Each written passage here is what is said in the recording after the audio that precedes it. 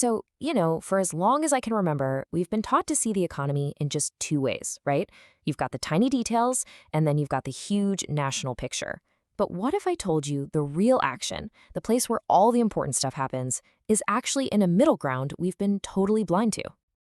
Okay, let's kick things off with this really powerful idea from the economist John Kenneth Galbraith. He basically said, hey, splitting the economy into these two boxes, it's not just a simple way to look at things, it's actually a problem.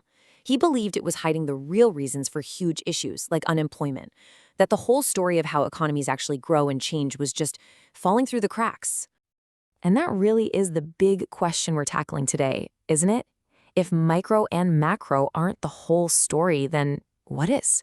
What's the missing link? What's that connective tissue that's been right there hiding in plain sight all along? All right, so to find that missing piece, we've got to first dig into the problem itself. Let's talk about this massive divide in how we've always thought about economics. I mean, it's literally Econ 101, right? You've got microeconomics, which is all about the little stuff. You, me, individual companies. Think about how you decide whether to buy a coffee or how a single company prices its products. And then, way on the other side, you've got macroeconomics. That's the big picture stuff. GDP, inflation, unemployment for the whole country. But here's the thing, that two-part view, some have called it a conceptual straitjacket. And I think that's perfect. It creates this huge, glaring blind spot right in the middle. Because think about it, it's in that gap between the individual person and the entire national system that the real magic happens. That's where industries are born, new tech spread like wildfire, and real, lasting change actually takes root. We've basically been ignoring the economy's engine room. Okay, so if we've got this blind spot, what's the fix? Well, we need to introduce a totally new level of thinking, a concept that can finally bridge that gap and let us see the whole picture. And here's the solution, laid out perfectly. Instead of just two parts, we need to think in three levels. Micro, that's still our individual players, the entrepreneurs, the small businesses. Macro is still the big overarching system. But that game-changing new piece in the middle, that's the meso level. This is the world of industries, of business networks, of entire regions. It's where everything actually connects, interacts, and evolves. So how do you even begin to analyze this meso level? Well, you look for something called rules in population. Now, the best way to think about this is like the economic DNA of a system. It's not just one person's habit or one company's strategy. No, it's the shared stuff, the routines, the technologies, the norms, the ways of doing business that get copied and passed around between firms. This is the code that shapes an entire industry from the ground up. And this idea of the economy as a living thing, it's more than just a cool metaphor. The business strategist James Moore made this point brilliantly. He said, thinking about business like a biological ecosystem is just incredibly useful. It helps you see how new ideas, these rules we're talking about, compete, adapt, and spread, almost exactly like genes in an ecosystem. And that's the key takeaway here. The economy isn't some static, predictable machine. It's a living, breathing, evolving system. All right, so this is all a really fascinating theory, right? But the big question is, does it actually hold up in the real world? Let's put it to the test. Let's apply it to one of the biggest, most complicated challenges we're all facing right now. The clean energy transition, it's the perfect case study, really, because you've got these massive top-down government policies, but success also hinges on millions of individual businesses and consumers changing what they do. So the question is, can this macro, meso, micro framework help us untangle all that and maybe even speed things up?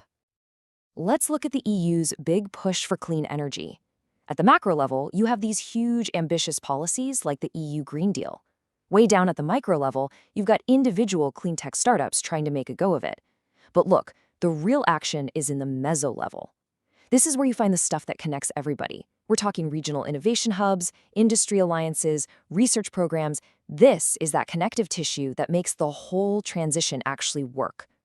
Now, to really see why this meso level is so darn important, let's zoom in even further. We're going to look at a specific region in Greece, because this is where the framework starts to reveal hidden problems, the kind of stuff that a simple macro or micro view would just completely miss. Whoa, okay, get a load of this number. Over 85%.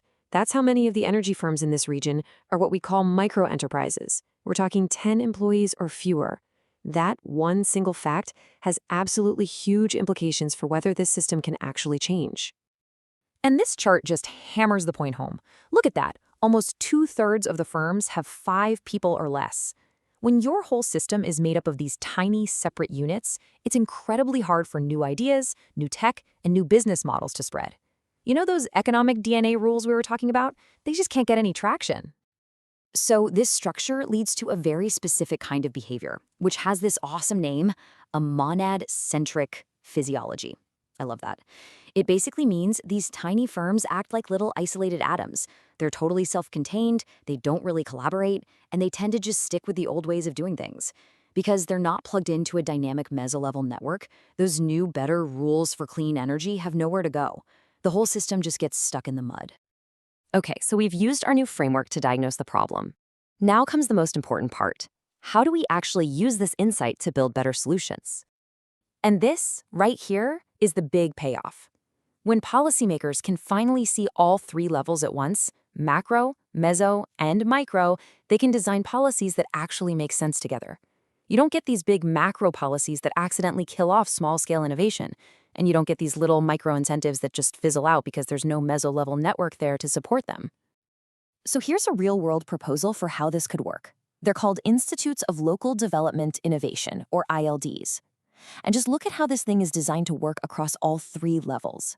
At the macro level, it gets its support from national strategies and funding. Then, at the meso level, its job is to actively connect all the key players. We're talking banks, chambers of commerce, business incubators, to build that missing connective tissue. And then at the micro level, it offers direct, hands-on help to the firms themselves. And maybe the coolest part of this whole idea is what it does at the micro level, a business clinic model. I just love this concept. It stops treating struggling businesses like failures and starts treating them like patients who need care. It offers free, expert help to guide these small, isolated firms in creating modern business plans and adopting new technology. It's basically an intervention designed to give their economic DNA a direct upgrade. So you can see, this whole macro, meso, micro idea isn't just some dry academic theory. It is a powerful new lens for seeing the world and for building much, much better solutions. It gives us a real toolkit for understanding the complex systems that are all around us. And that leaves us with one last big question to chew on. This isn't just about energy, is it? Think about all the other huge challenges we face: healthcare, education, supply chains. Where's the missing meso level in those systems? And just imagine what we could unlock if we finally started paying attention to it.